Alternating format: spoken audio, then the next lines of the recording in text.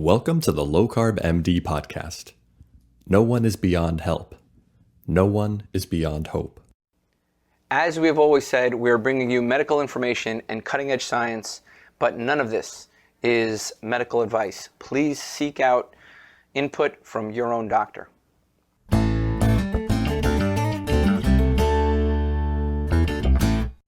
Hello and welcome back to the Low Carb MD Podcast. Tro, we got another smart guy here today that we've had on, and he's doing some good stuff. I'm really excited. It's good to see you, man. I'm so happy to be here, man. I got to be honest. Whenever I hear, Dr. Adrian Soto-Mota talk, I get goosebumps because he's says all the things I think in such an eloquent and sophisticated way. I get this, and without profanity too, Tro. He just he has tact. It makes a difference in our approach. And you may not know this, Brian. It's funny. He reminds me a lot of Dr. Unwin, just his kind, gentle nature. And then I saw not only that, and don't tell my wife, he can sing. He can sing. So how's your kids? How's your wife? We don't like these smart, good-looking guys that have talent, Tro. Why do we have these guys on? So listen, today we have Dr. Adrian Soto-Mota, and just a little bit about him so you understand sort of his background. He did his undergraduate and medical training at the University of Mexico. He went to do his PhD, which I believe was in metabolism and ketogenic metabolism at Oxford. And he did his internal medicine residency where he's an internist at the National Academy of Medicine, National Institute of Nutrition, right? So, many of the internists out there in the world, certainly he's published on everything from nutrition to COVID to sort of the errors of modern medicine. So I've gone through his publications. You should go through them. Just look him up on Google Scholar and sort of get an idea of all the work he's done, because I'll tell you, you're like my hero. I got to be honest. And he knows how to use, the statistical analysis is just amazing. Just amazing. So I got to be honest. And if you really want to, you could be Superman in my view. Do you know how to use MySQL? Yeah. Oh my God. You're like everybody I want to be. You're like everybody I want to be. And certainly, we're happy to have you. Sorry. No, thank you for your kind words. Thank you for having me again. I mean, that's it's definitely reciprocal because I think that not everyone has the courage of speaking out loud their minds and at the same time to promote good quality knowledge, and at the same time you certainly gone the extra mile to preserve being an independent thinker and clinician, and that's an endangered species in the medical field these days. So I think that's amazing, and yeah, we need more of that. We certainly need more of that, and I'm so happy to be here again. I am definitely a listener of the podcast, and yeah, I'm very much looking forward to talking about this particular study, but many others. So I want to start with sort of the hot news. We've worked together on a project sort of analyzing LDL and then the clinical presentation of reversing some of those phenomenons we've seen with raised LDL on a low carb diet. And I was just exposed to a side of research that I had never had before, and I saw sort of very sophisticated statistical analysis. And we've had one conversation on the podcast about sort of the errors of our statistical analyses and machine learning and all that. And then you dropped a bomb about a month ago, which is you took a well-known randomized control trial, the DIETFITS study. Then just if the listener is listening and they don't know what the DIETFITS study is, It's a very widely cited study from 2018 that was published. The main author was Gardner, Christopher Gardner, who I've written letters to the editor about for his bias against ketogenic diets. But he made this. He made a head-to-head trial of healthy low fat, which was also very low in sugar and processed foods, and he compared it to "quote unquote" healthy low carb. Although at 3 and 6 months there was more weight loss in the low carb arm, it seemed that at 12 months the results equalized, and the headline was, "There is no difference in how you eat. It doesn't matter whether you do low carb. All that matters is that you stick to the diet." And excuse me if that's the wrong interpretation. Brian, you saw that study, DIETFITS. Am I giving the wrong interpretation of how the medical community perceived that trial? No, exactly. I think that's, we're looking at it, and, a lot of these guys are, they think we're all mice or something. And they go, here's what you do. Just eat this 500 calories a day. And I'll tell you, I'm doing an experiment on myself right now, and it in no way meets what they're talking about. So yeah, that's why it's fun for us to say, hey, there's more to it. I've had the strong benefit this last week. I got to interview Jason Fung and Ben Bickman. And these guys laugh and go, these guys just don't understand the physiology of what's actually happening. And let me tell you what I see. And Ben goes, and Ben's the least arrogant guy in the world. And he said, look, these guys just don't get it. They haven't done this. They haven't talked to me about what I'm doing in my lab and what I see every single day of my life. And I could repeat it in cell lines. I could repeat it in mice. I could repeat it in humans.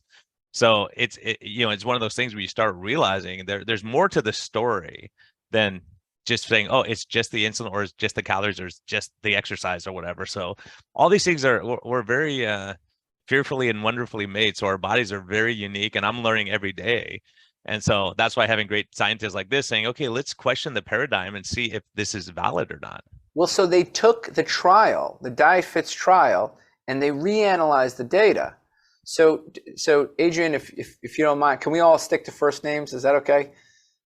Yeah. Okay. Absolutely. Adrian, help me understand how this started, because I looked at Christopher Gardner's recent study, Keto Mediterranean, and immediately I knew there's so much bias here. Whether it's known or unknown, I don't know, but it seemed too purposeful to be unknown. So I had to write a letter to the editor. So I'm imagining, and tell me if I'm wrong, that you're reviewing DIETFITS and you have this passion that there is something not being told here. So how do you go from reading this trial to saying, give me the data, I want to reanalyze it? I mean, to be fair and to allocate credit where credit is due, the starting spark of this particular study came from David Block. And I remember reading DIETFITS when it came out. And I mean, back then I was in my residency years. So even when I read that paper and I thought some things were being interpreted by others differently to my initial interpretation of the same data. I mean, back then I didn't have the time and mental space to look more in depth about it. Can you talk about how others were interpreting it? Sure. And how you interpreted it? And this is a very relevant question, and this is a crucial point here. We shouldn't confuse the intrinsic biases that exist in any clinical trial with the biases in the interpretation of such clinical trial. And let's be clear up front about bias. Bias is unavoidable.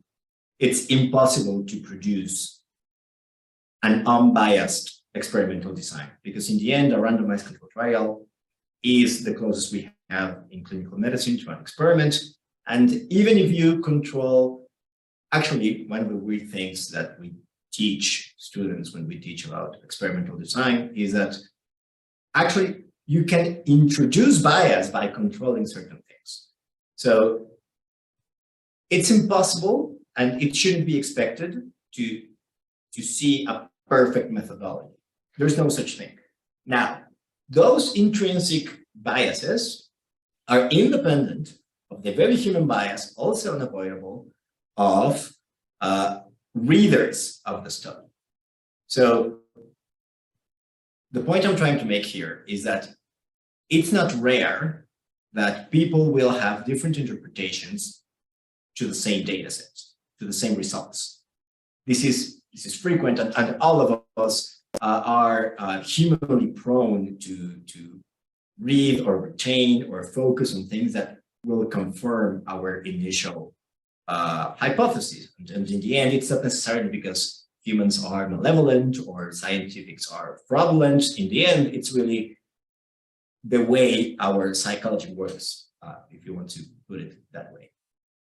Many clinicians, I would say, it's fair to say most clinicians are taught that all that matters is your calorie balance, that all that matters is how much you adhere to a diet, and all that matters for weight loss is how well you follow the diet that you were prescribed.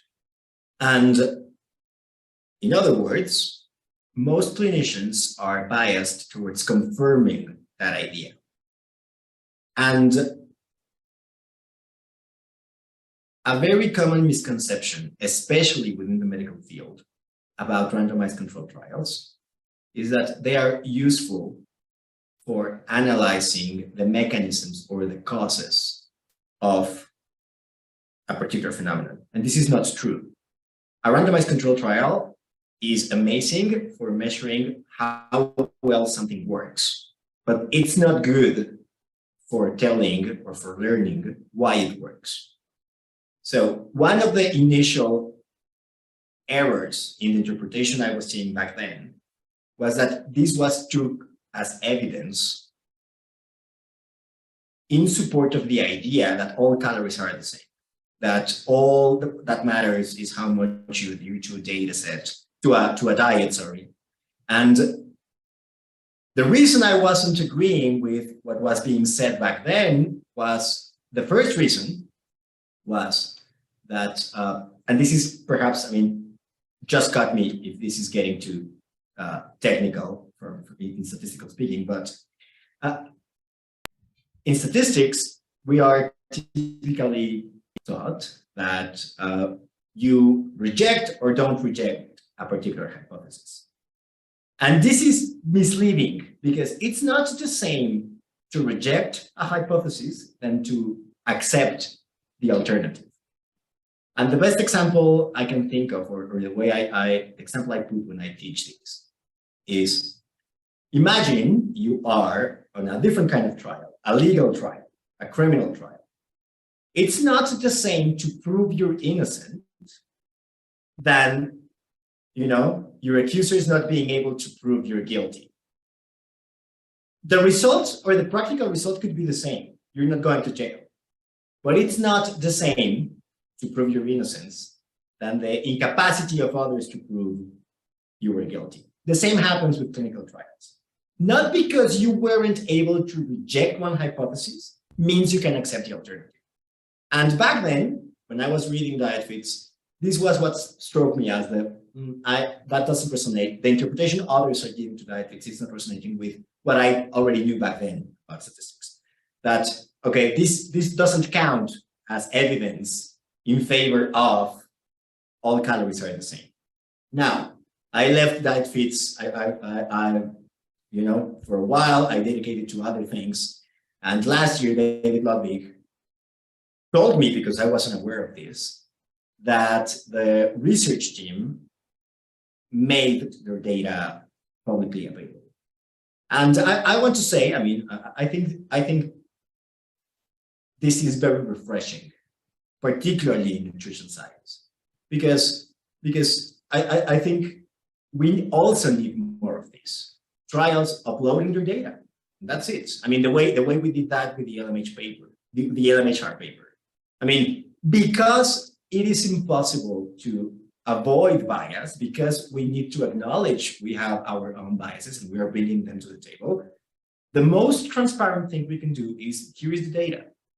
Unfortunately, and I think this is something that merits being highlighted. The Stanford research team uploaded their raw data and basically allowed this type of analysis to happen. I mean, sure, as all of us, perhaps they have a particular or a preferred hypothesis, but they did, they adhered to this good practice in research transparency of uploading data. So David Ludwig told me, data is out there. Why don't we analyze data? But now focusing not necessarily on effect size, focusing on mechanisms, focusing on what explains weight loss, not necessarily on which diet wins the trial. Because just to reiterate myself, many clinicians assume they can obtain causal knowledge from a randomized clinical trial. And sometimes that's true, but many, many times, I would say the majority of times, this is not true. You cannot take evidence from a randomized control trial to support a mechanism. It's just talking about effect size. And that was the initial interpretation. And this particular reanalysis is focused on trying to explain why weight loss happened. So that's a brief summary. Yeah, and you raised some really important points, and I really do respect that they release the raw data. So much with pharma, they don't release the raw data. They go, here's our interpretation. You can look at my interpretation, and we don't. I like to see the data and the raw data, and like you're saying, we can make all these. And I kind of made a joke yesterday. I was looking at my continuous glucose monitor, reading ketones and all that. So I did a high intensity workout. My sugar went to 169. Then I came home and I had a bunch of laundry to fold. So after I'm done folding my laundry, my sugar is now like 104. So I was like, oh, clearly folding laundry lowers sugar levels, right? Which had nothing to do with it. But sometimes these guys make interpretations like, well, that has nothing to do with what we're seeing. There's other factors involved. And so a lot of times these conclusions they give, like I look at a study and go, well, the conclusion doesn't fit what the study showed so many times. And for example, something that's also frequently observed is, okay, you finish a trial or someone publishes a trial and now you have the data. Because running again a randomized control trial is not always possible or ethical or economically feasible, what has been proposed, and actually one of the original authors of DIETFITS is John Ioannidis, and he also has another paper published in JAMA too, where what they did is that they took 10 data sets and sent from randomized control trials and sent it to different analysis teams. And the conclusions from the same data set changed 35% of the time. So if you take, and this is of course, the replication crisis that exists in every scientific field. If you have another set of, there's a survey from Nature from years ago, and 70% of the scientists cannot replicate the results from other scientists when they try to follow their methodology. And 50% of the times they cannot replicate the results from their own lab. Well, in medical sciences, we don't have that luxury. In medical sciences, we just cannot, let's repeat the Framingham cohort. Or, let's just repeat the recovery trial. Because even if we did that now, it wouldn't be valid because, the condition changed. Because we can't do that, what we can do is to give the data sets to another team. And it's not unexpected to change the conclusions when someone else analyzes the same data set. Now, that also highlights the value of publishing this data. What's the main difference here? That because of the way it was pre-registered, DIETFITS was obliged to adhere to the 12-month time point. And perhaps it's worth mentioning what pre-registration is. Pre-registration is when you say in advance, before starting to collect data, how many patients you want to recruit, what analysis tools you're going to use, which analysis tools you're going to use, what's your main objective, what you will center your analysis on, and you basically disclose your protocol. I am going to do this and this and this with this amount of people by this date. And this is useful because a very common practice, but fortunately that's fading away, was to see the results first and then draw your hypothesis. Or the oldest trick in the book to get a significant p-value is to recruit more people. Because any difference will eventually be significant if you recruit more people. So you look at the results first and then, let's recruit 10 more participants and then we will achieve a significance in this analysis. So that's why you must say in advance how many people you're going to recruit, which tools you're going to use, etc. Now, because this was a 1-year follow-up trial, and this perhaps also merits a small comment there. Most dietary trials do not last that long. I mean, most diet trials happen for 1 month, for 3 months, and it's rare exceptions, those who achieve 12 months of follow-up or more. There are a handful that I am aware of that achieve more than 12 months.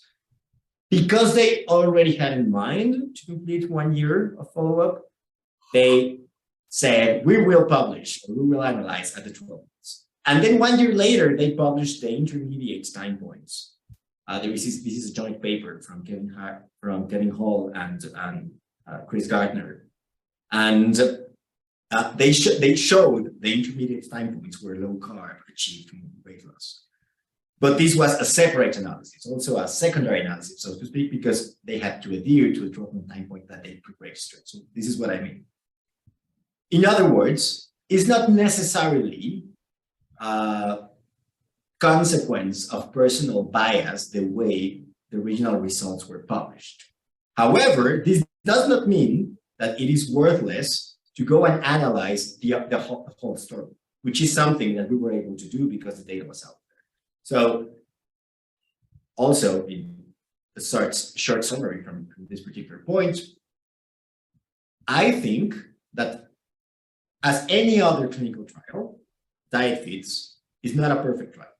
There are some things that could have been different, or it would be decided that they would have been different for different purposes. But okay, the perfect randomized clinical control trial does not exist. DIETFITS is not perfect. However, there are some very valuable differentiation points from DIETFITS to other diet trials. First of all, the length of the follow-up duration. Second of all, data is published. Third of all, they had biochemical measurements, lipid panels. They had a good way of documenting diet adherence better than for other trials. And DIETFITS was worth reanalyzing, not only because of how famous the trial became, but also because there were some important differentiating factors in the methods that don't necessarily were reflected in the published results. So we felt that the story of DIETFITS had more to tell. You know, the data had more to tell, and in the end, that's when you decide to publish something, when you think you can add something new. And we believe the original interpretation of many, because I think it's fair to say that the original paper didn't mention anything about all calories being equal, or didn't mention anything in those lines, but certainly others interpreted DIETFITS like that.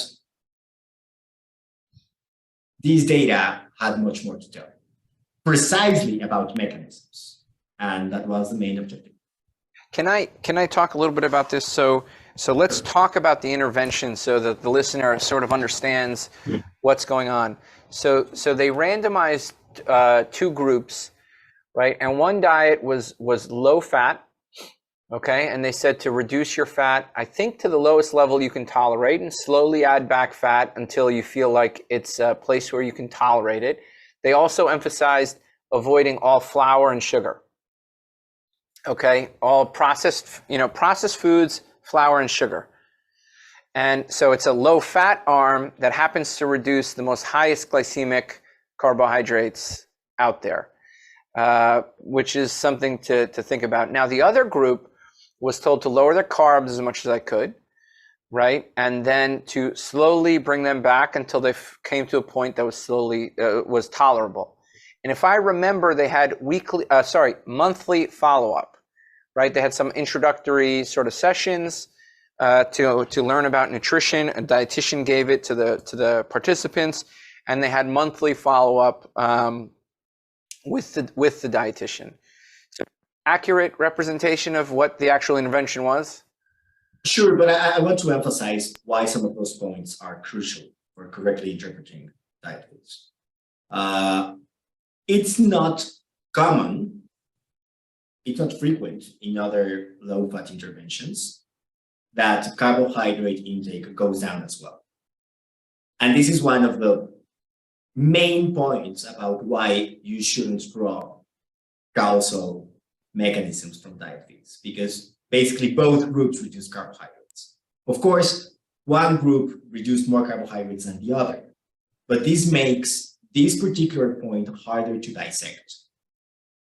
Second, this is in reality a mixed intervention, because these participants received more than 20 hours of nutritional education, which is of course desirable. I mean, as what we observed with the cost effectiveness analysis in your clinic, the real treatment is not necessarily, reducing your carbs. Of course, that's a huge part of the treatment. But the real treatment is to have a network and to have more education and to have advice on adherence. And so this is very important, because this is not only low fat versus low carb. This is a mixed intervention in both arms.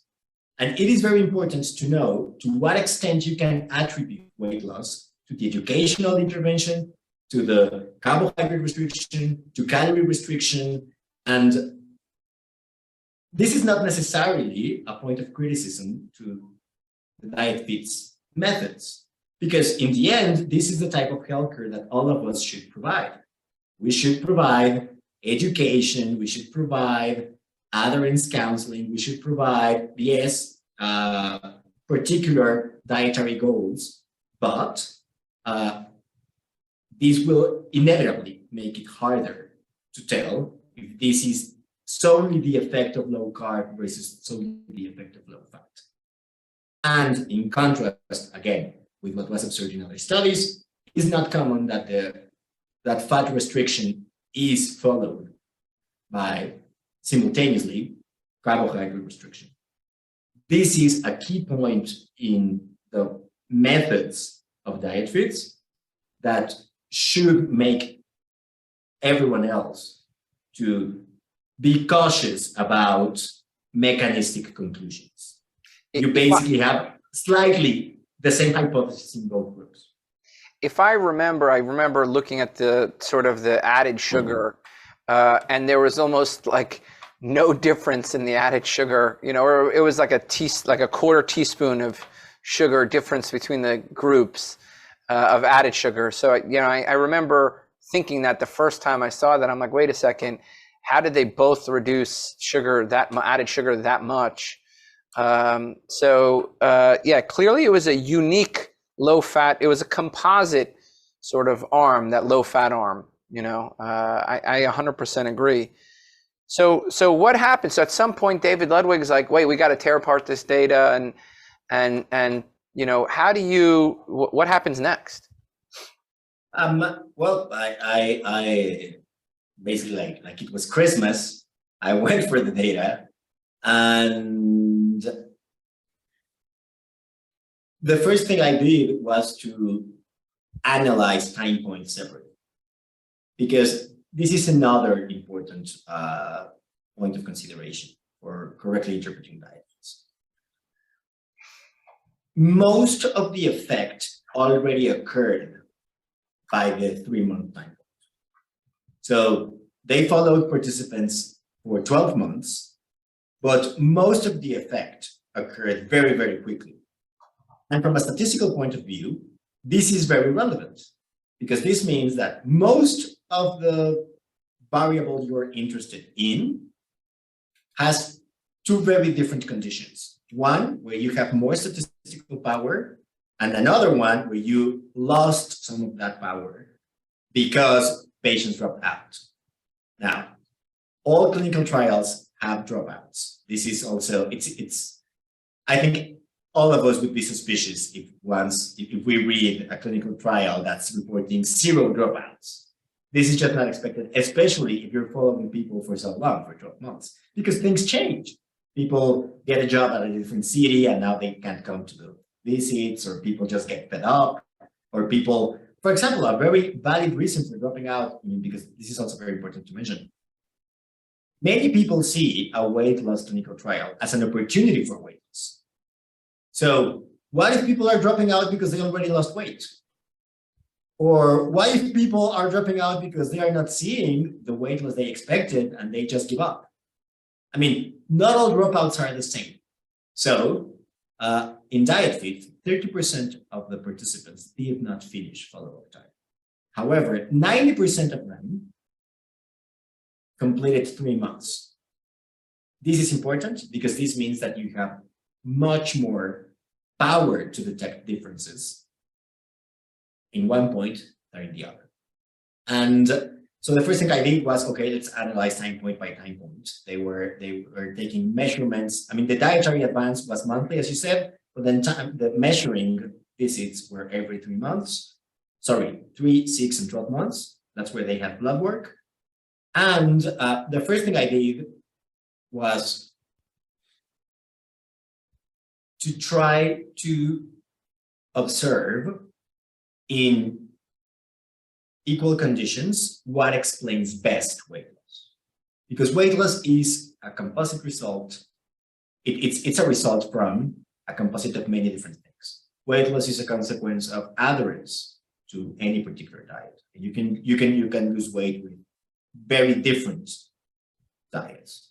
Weight loss is also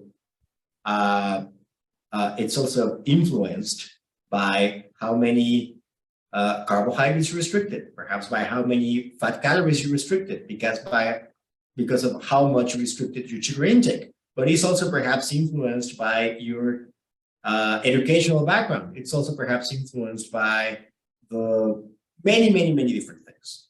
And in statistics, when we want to, set the ground even, make comparisons, we do adjustments.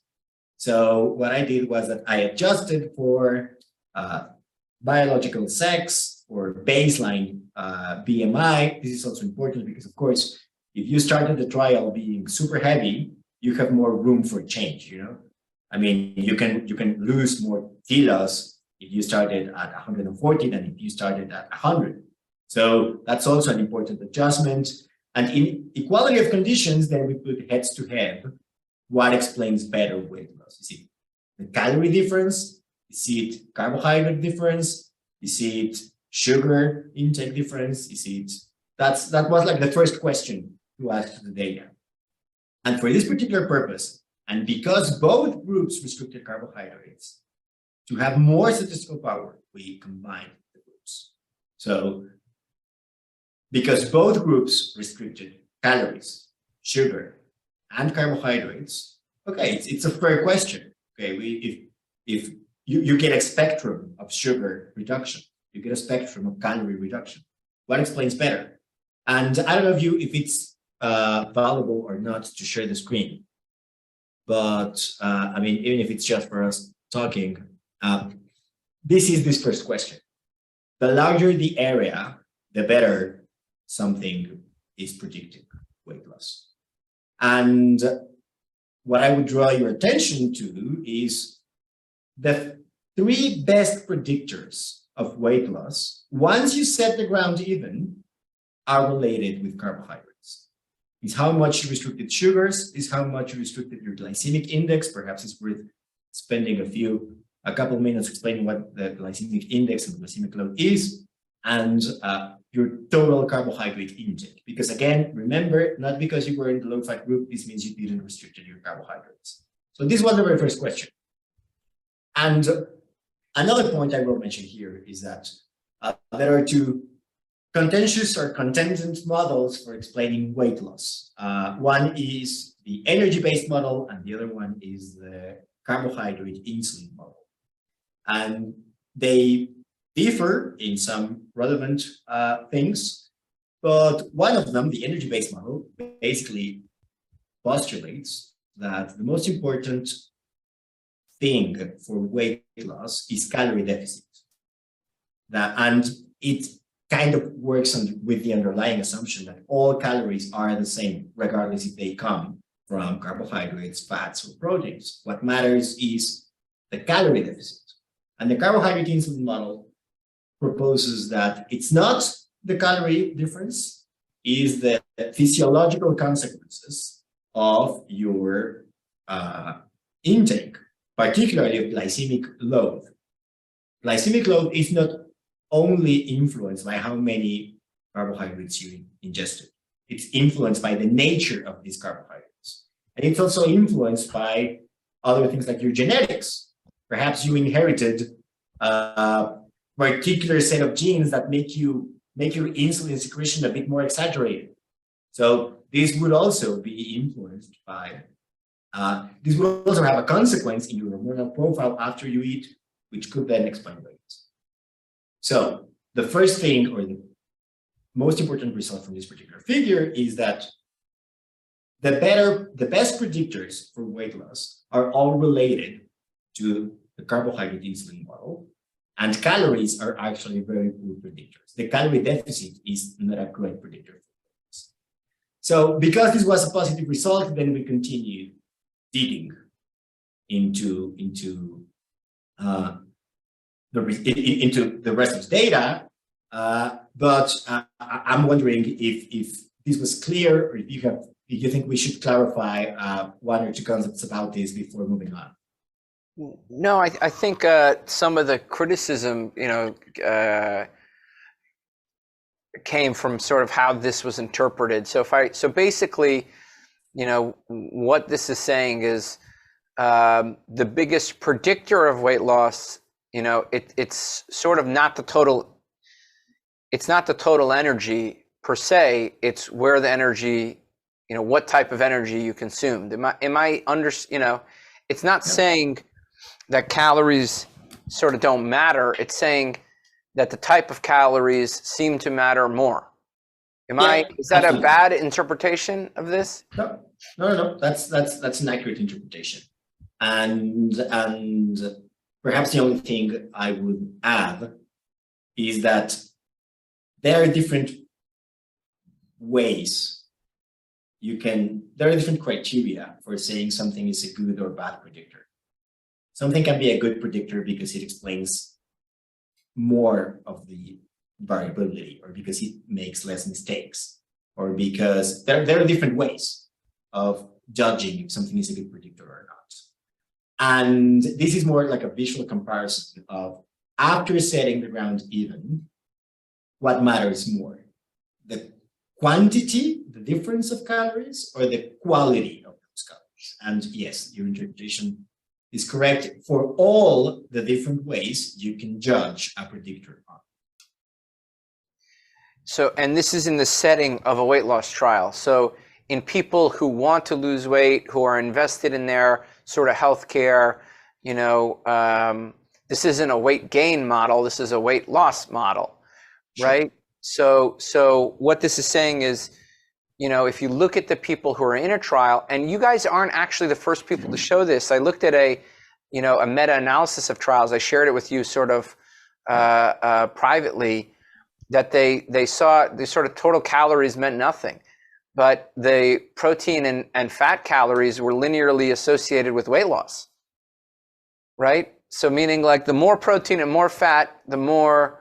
And if you try to think about what is it saying, I'm not sure it says something about that macronutrient itself. I wonder if, it's in capturing other things. But this has been shown before, so this is not new, right? Absolutely. So can you help me understand, because you guys got a lot of pushback after this was published. So can you help me understand the pushback?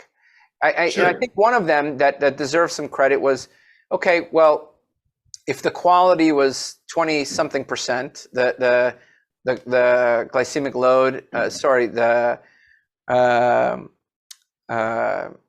It was the glycemic load was 20-something% of the effect, if I remember correctly. The thing here, and this is perhaps a bit technical, but some of the pushback that many raised, I mean, some of the pushback was expected, because this is basically, again, to go back to this comparison between energy-based models and carbohydrate insulin models. The proponents, or the most prominent proponents of the energy-based model, are Professor Kevin Hall at NIH, Professor John Spiegman, and part of what they mentioned as criticism for the paper, not for this particular analysis, because this was overlooked in their first critiques, this particular figure, is that most of the observed weight loss is still unexplained by glycemic load. That even when glycemic load is explaining better than calories, most of the weight loss is unexplained. And again, this is perhaps getting a bit technical, but most of the effect of anything is mostly unexplained, because our models are imperfect tools, you know. And sorry, you were going to say something? No, I'm laughing because this is so out of what you looked for, the most important was sort of glycemic load, right? And yeah, okay, got it. And I mean, it's let's imagine we were dealing with another multifactorial problem that's influenced by a varying degree of many different things. Well, imagine this was poverty, or imagine this was the strength. Central line infections, right? So central line infections. So this is a good one. So because the internists and the clinicians listening will carry on, but there are big IV lines for the average listener that we put into people when they're really sick.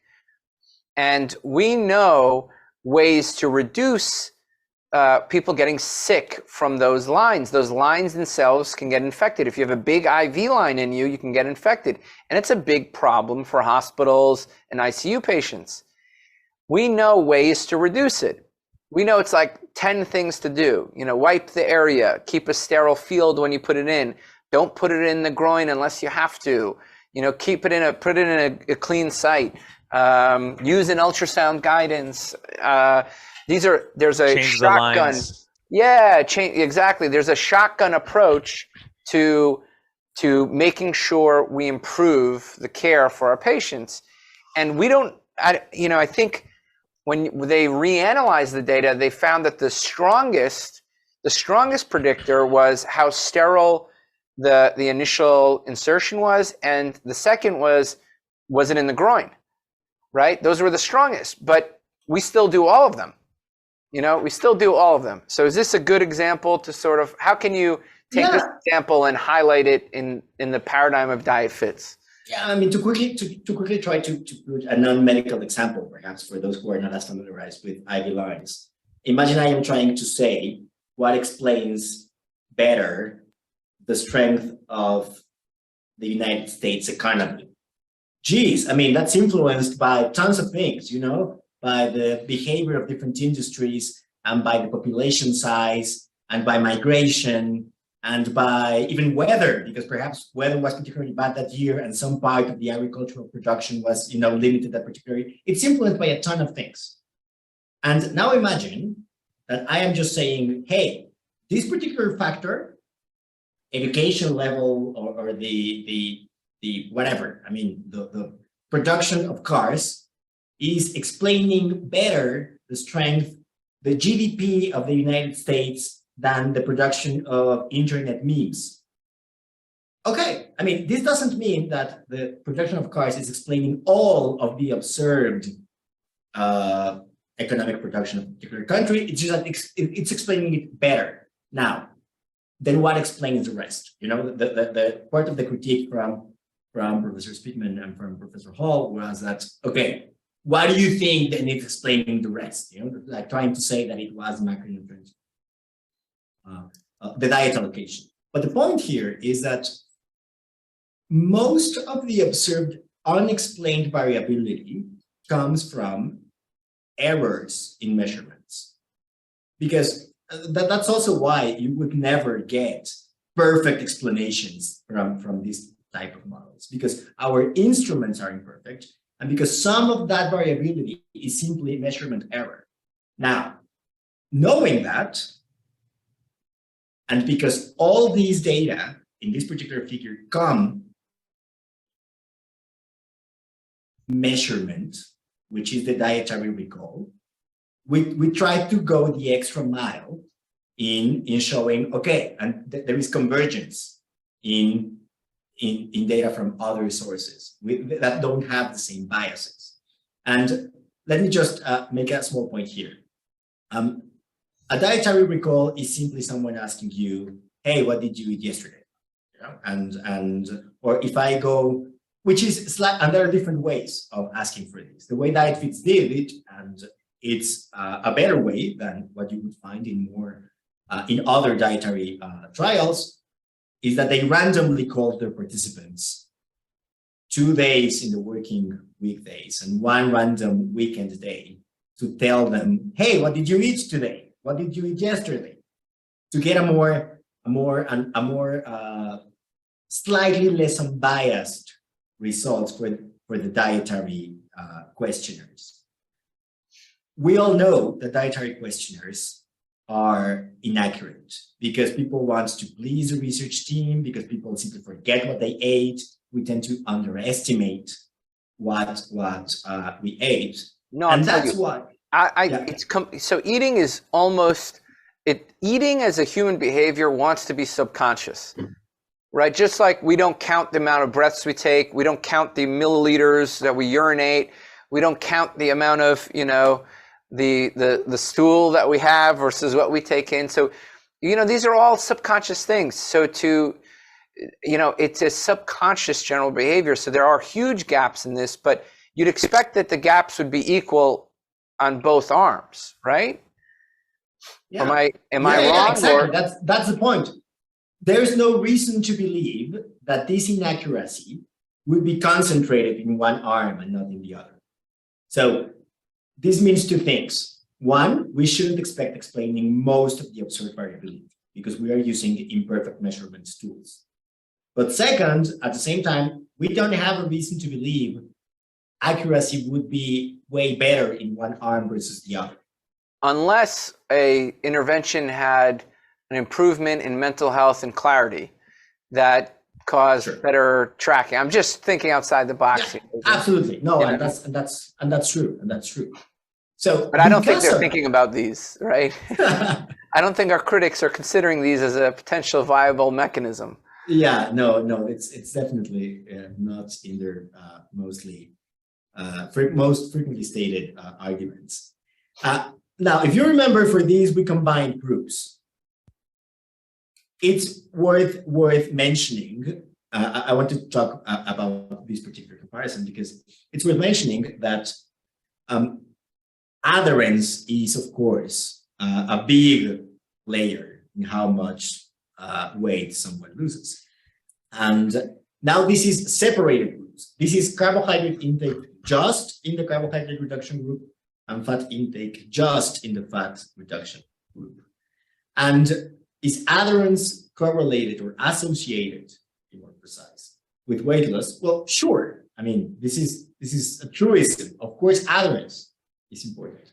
But if you see, the slope of both lines is actually very different. One is twice as steep as the other. So what I would like to point out is if all calories are the same, why these 2 slopes are not identical? Because here we have apples to apples. Here we have how much calories from this particular source changed in this group and how much calories changed in the other. This is comparing apples to apples. If all calories are the same, why these 2 slopes are not identical?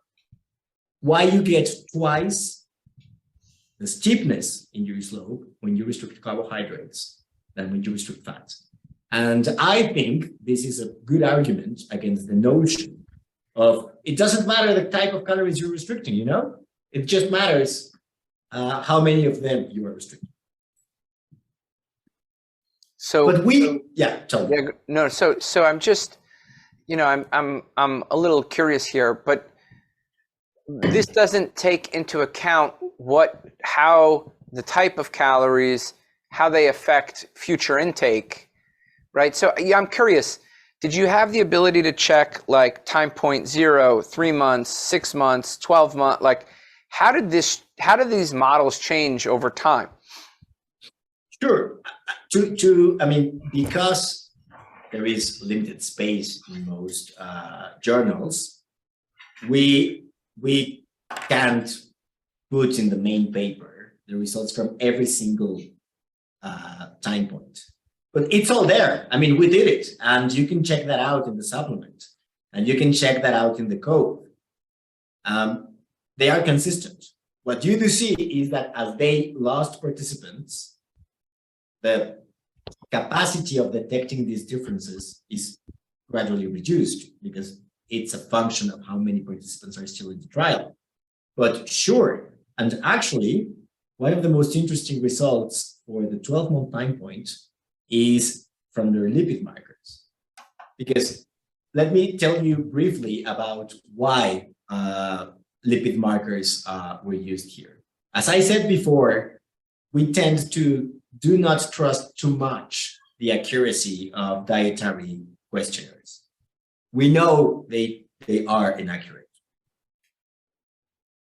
But we can check in the lipid panel of participants the direction of some of the markers we know that change when you restrict a particular macronutrient.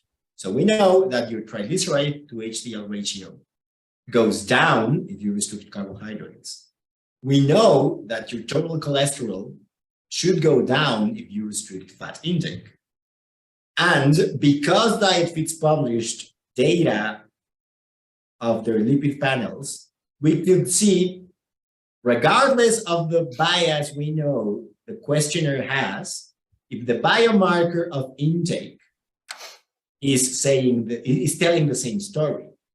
And it definitely does.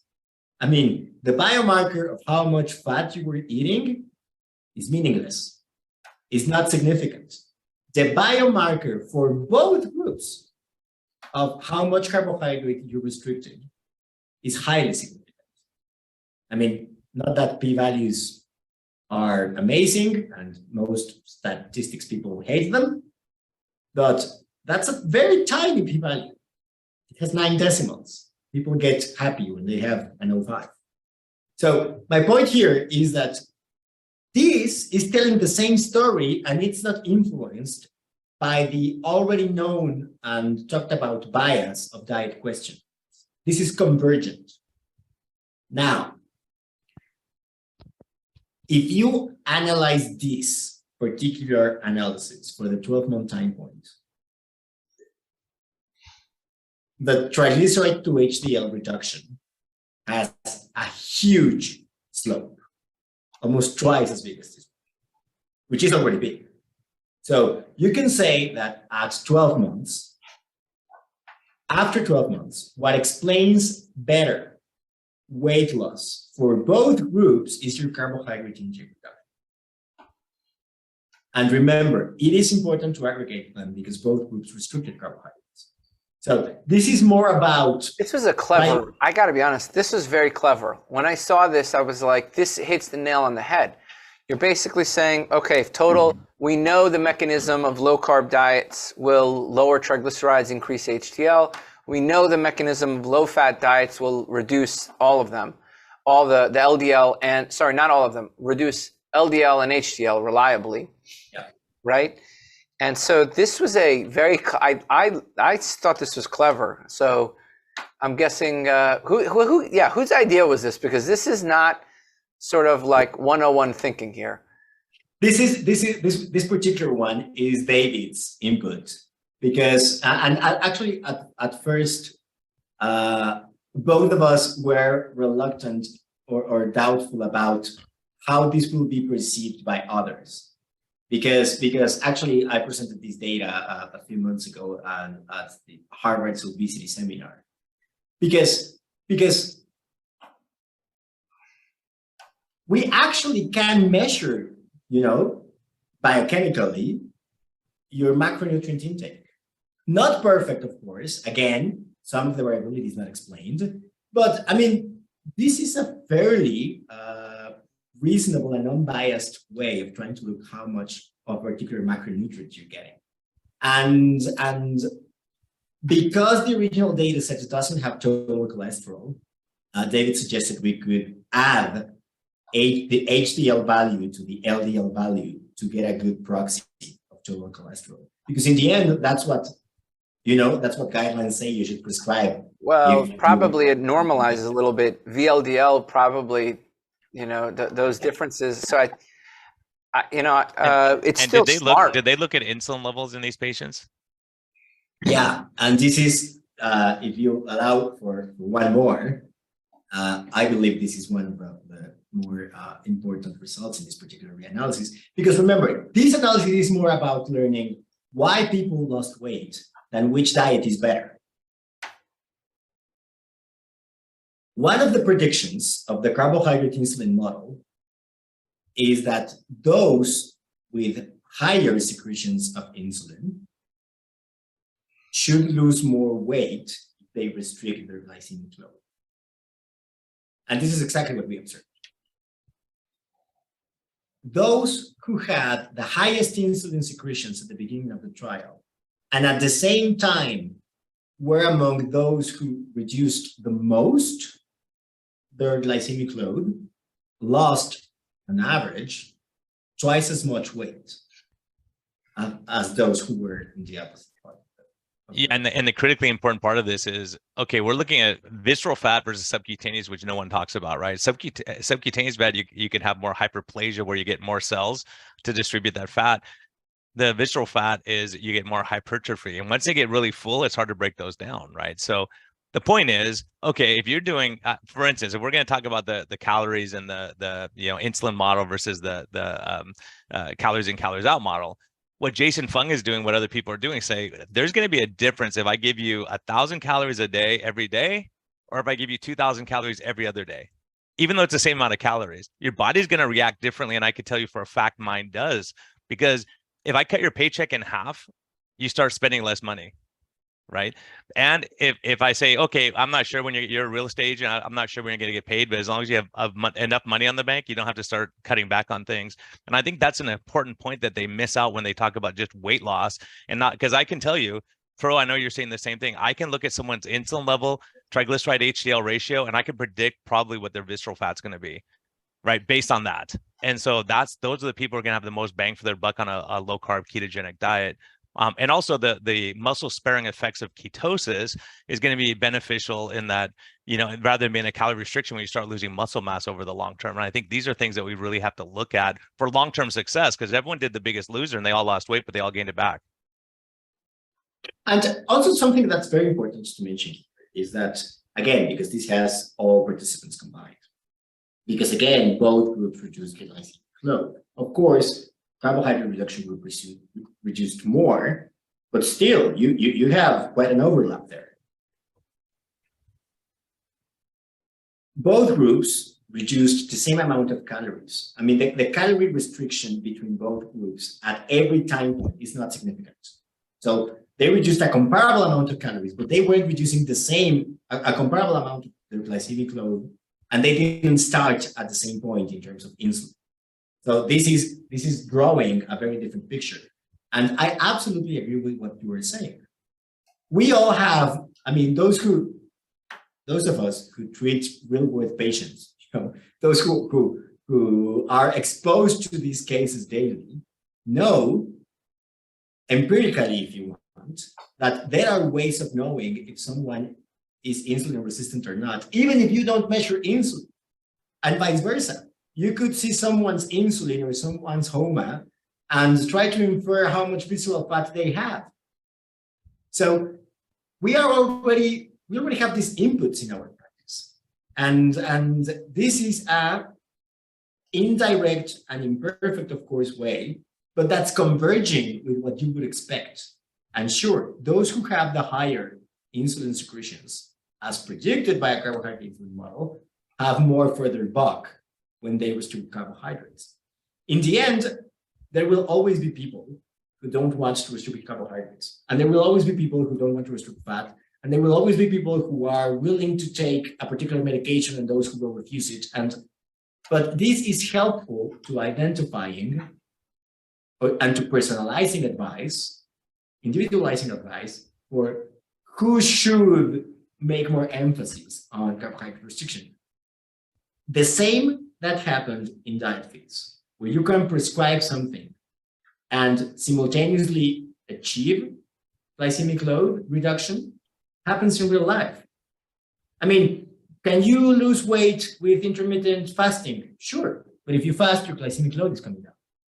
Can you lose weight becoming a vegetarian? Well, sure, because if you increase your fiber intake, then your glycemic load is coming down. Can you lose weight on a carbohydrate restricted diet? Sure. Can you know where I'm getting? I mean, yes, what works for you ultimately, you figure out what works for you. Yeah.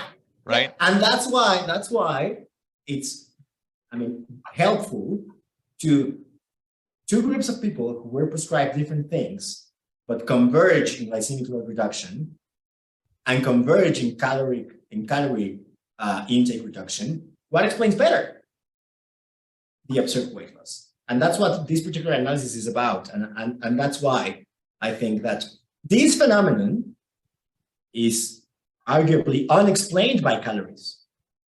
I mean, how would you explain with just comparing calories to calories or calorie reduction, twice as much of the effect on weight loss from one particular intersection of, insulin secretion and glycemic load reduction versus the other?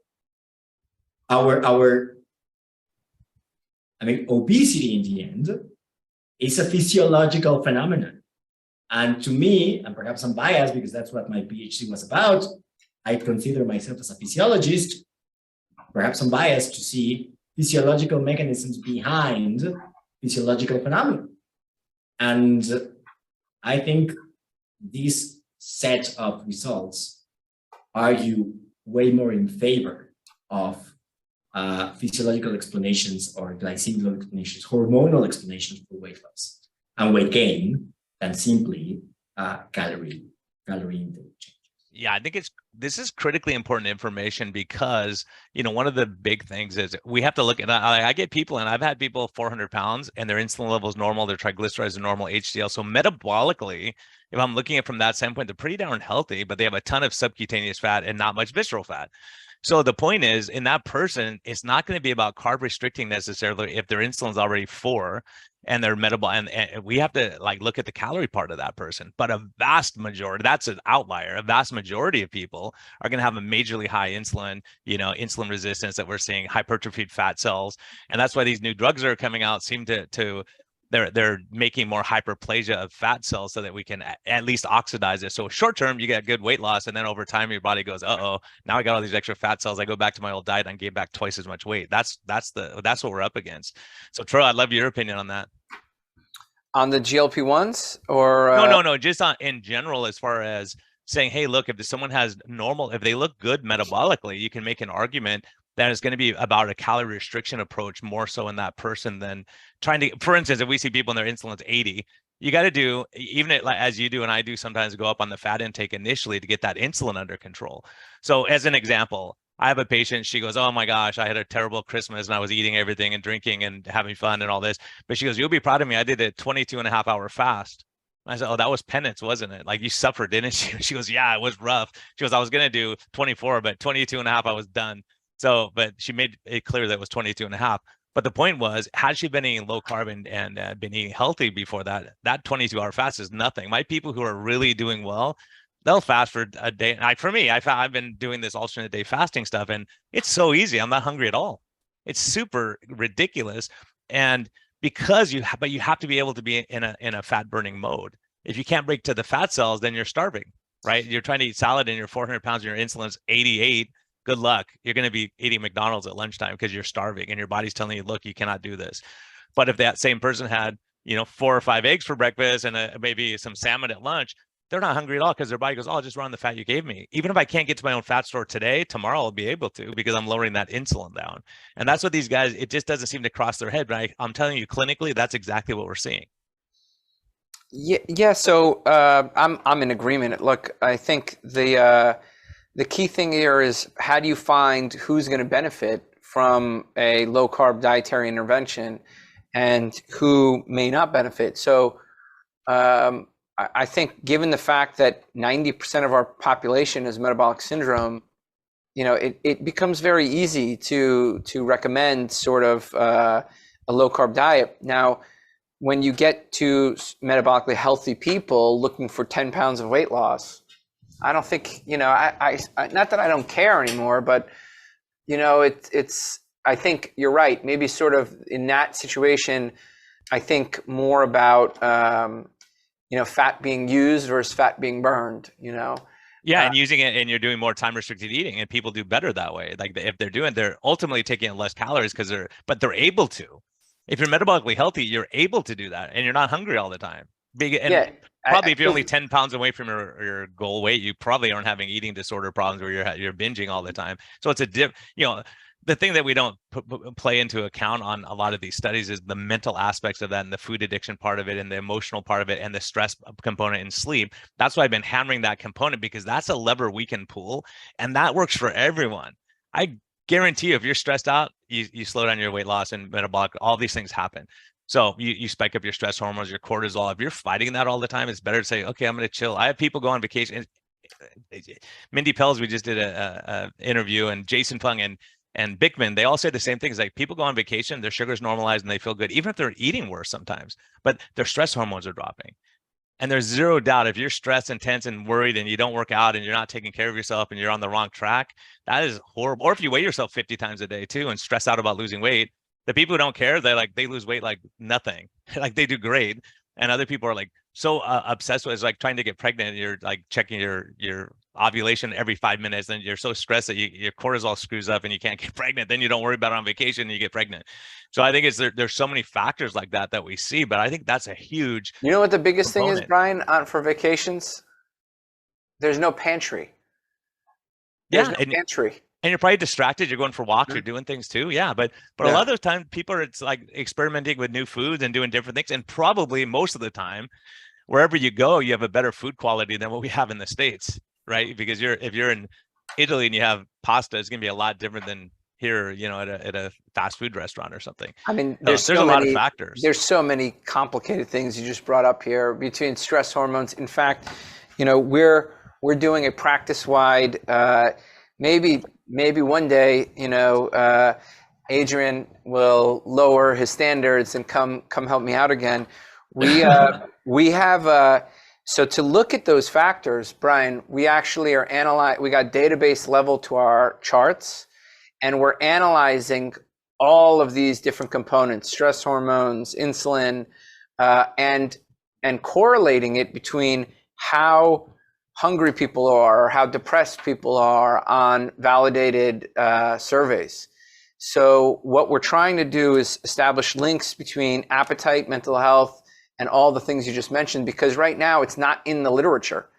And so Can you believe that? But it's clear clinically. It's so clear. It is it is clear. But here's the problem. You want to make it more clear physiologically, as Dr. Adrian is focused on in this paper that he's helped with. You know what my biggest rate limiting step is? Adrian, you want to know what my rate limiting step is? No, yeah, for sure. I want to know. I don't know my sequel. That's my rate limiting step, right? Okay. That's my rate limiting step. We have this wealth of data, right? Yeah. This wealth of data. And just like you, I mean, can you give us a flavor of what it took to analyze? Like, how do you, so you have thousands of data points and tables on this chart, and we'll sort of wrap it up with, that'll be the last question. How do you analyze it?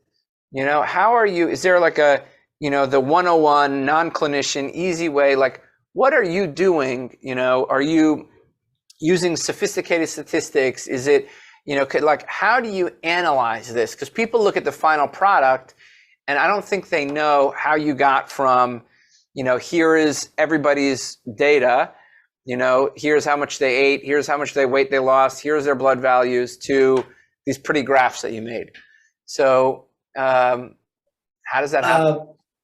It's I mean, for everyone, to again, I mean, I am a believer in research transparency, and it looks intimidating at the beginning, but how you get from one data set to the graphs is entirely here. But I mean, it does look intimidating at the beginning. So if for the listener who's not looking, this is a bunch of code that's basically, you might as well, it be a different language. So just... Sure, no, but actually that's the point I wanted to make, that nowadays most of the data analysis is done in programming language. One of the most popular ones is R, and it's really like a language. I mean, it's exactly like that, and you can translate it. And basically here I am saying, for example, and perhaps I am just highlighting, I want to create a subset of the database called original baseline. And I want you to take the data and then filter those who were at baseline. That's really just I'm doing. I mean, I'm just talking with a dumb machine and telling them, take this and then do that, and then show me how they look if you aggregate them by that. And this, because it's for every time point, this one is particularly lengthy. This one has a good amount of lines of code. Yeah. But the main point here is that even when there is no such thing as the perfect data set, and there is no such thing as the perfect data analysis, we have consistently the same story. We see that, hey, people who were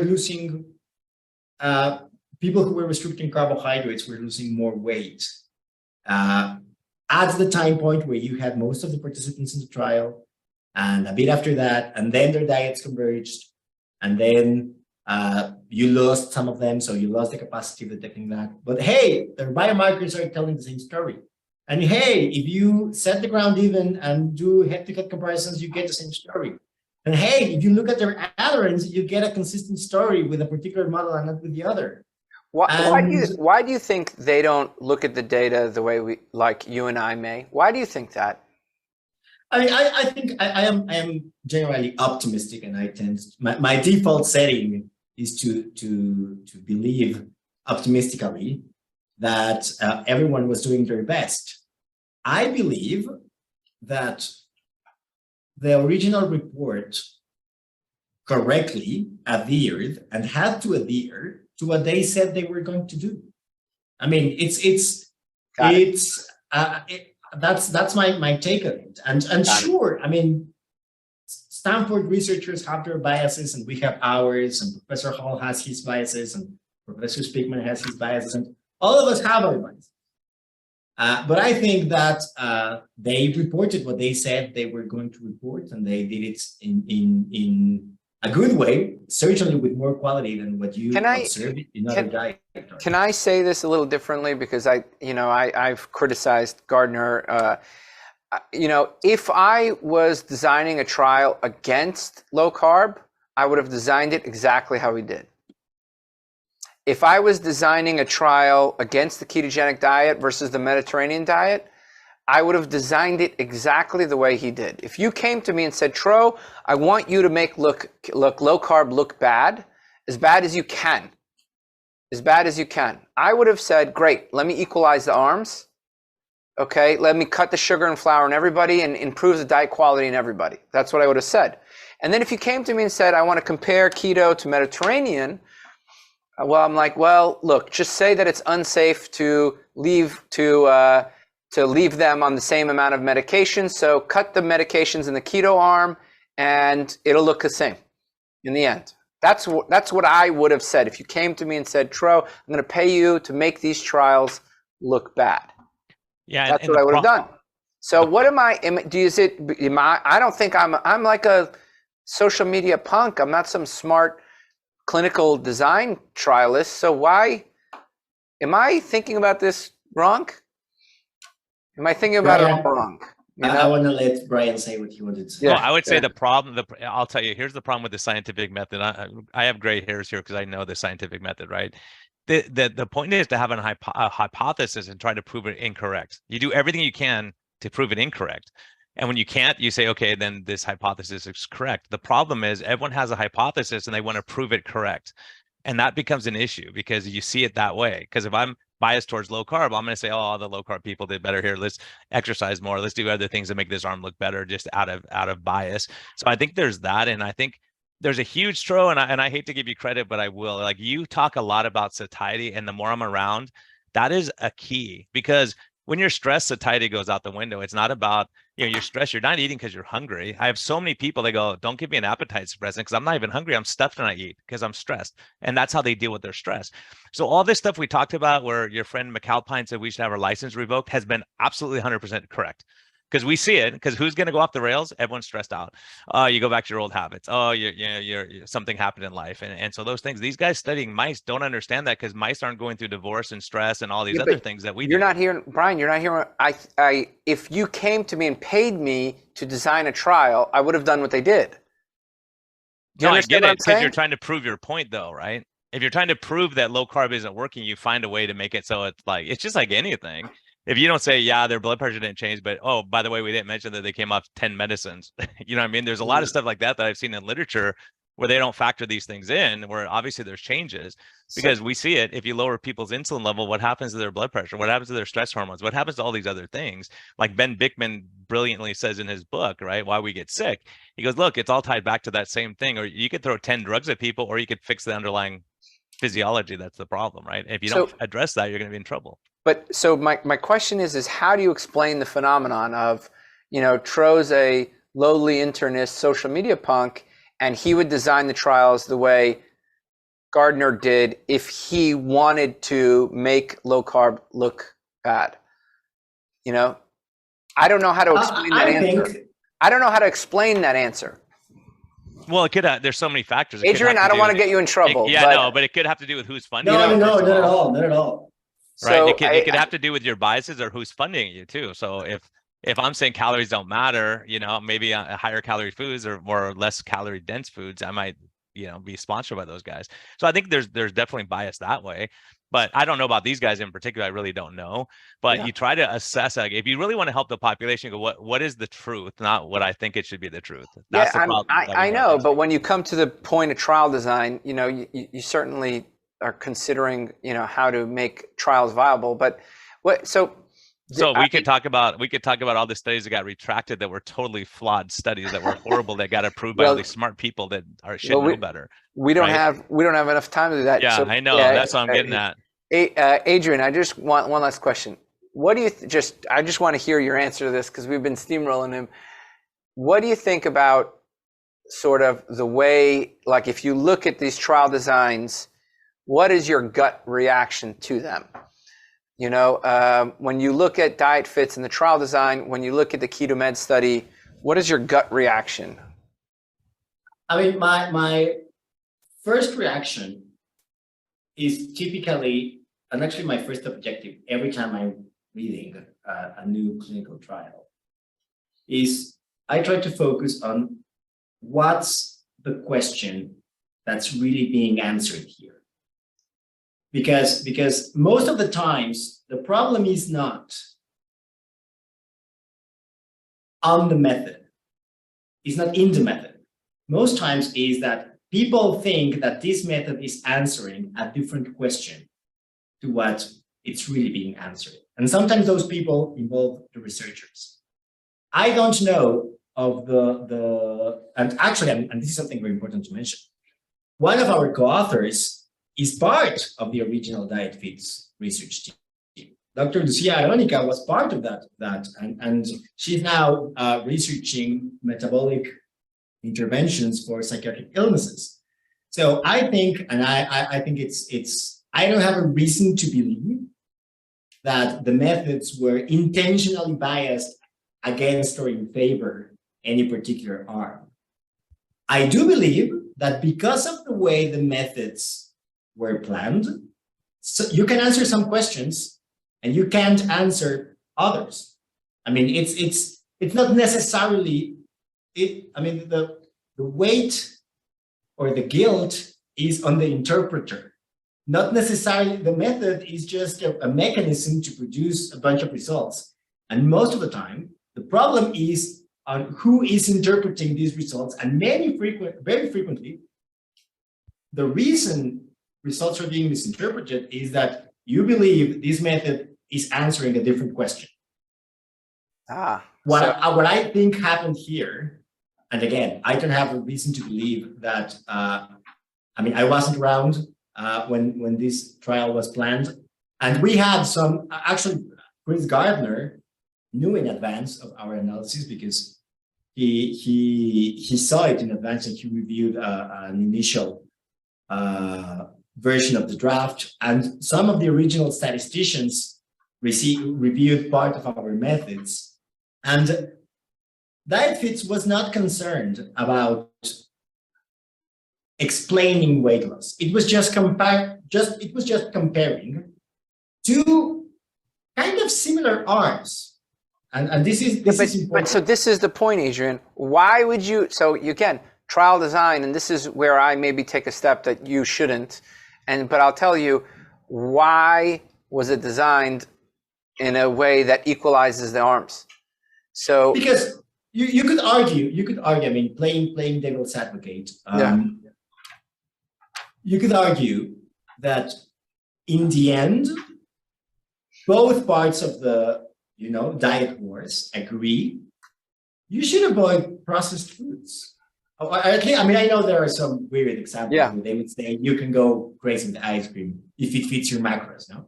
I mean, but I mean, Kevin Hall, John Speakman, all those in favor. Got it. Okay, I get it. So you should reduce sugar. You should I view it fiber. Got it. Okay, so you're viewing it as a way, maybe these people are trying to bridge the diet wars and they're highlighting the components that may drive similar things that may drive it. That's a way I never thought about looking at it. Maybe that's the safest way to leave it. Dr. Adrian Soto-Mota, we have to head out. This has been awesome. We got to get you back. How about that? I would love that. I would love. I love your podcast. I love your content. I also love that you agree so much. Sugar should be avoided that you don't sugarcoat any comment. So yeah, sugar is not good even for sugarcoating. And in the end, again, I am grateful for the opportunity of sharing our research and our ideas. And please keep doing what you're doing. How do people find you if they want to? I don't know how much if somebody wants to find you, collaborate with you. The many listeners. Where should they? Is there a place to find you? Twitter is a good way. You just type Adrian Soto-Mota with the @ symbol, but also adrian.soto @tec.mx. That's also another way. And again, guys, thank you for sharing your time and your microphone with me. No, thank you for your hard work and for all, making these things clear, because we want to have the smart people look at the data and go, okay, here's what it shows. We don't have to, us clinicians don't have a lot of time. Tro does, because he doesn't have much of a personal life, but the rest of us are so busy that it's, it's hard to keep up on the data and the science, and we have to trust what we're given. And so many times, I mean, I'm not a scientist, I'm a doc, and I look at it and go, wait, this doesn't make sense. That's not what it's showing. And you see the headline is on the news is totally different than what the study shows, So greatly appreciate you doing the great work. And Tro, everyone, thanks for staying with us long today, but this is this is important stuff, because we're trying to figure out the best way forward. So the name of the title of the paper, we'll put it, it's a reanalysis of DIETFITS. We'll put it in the show notes. Guys, you can reach Dr. Adrian Soto-Mota on Twitter. And thank you for joining us. Thank you.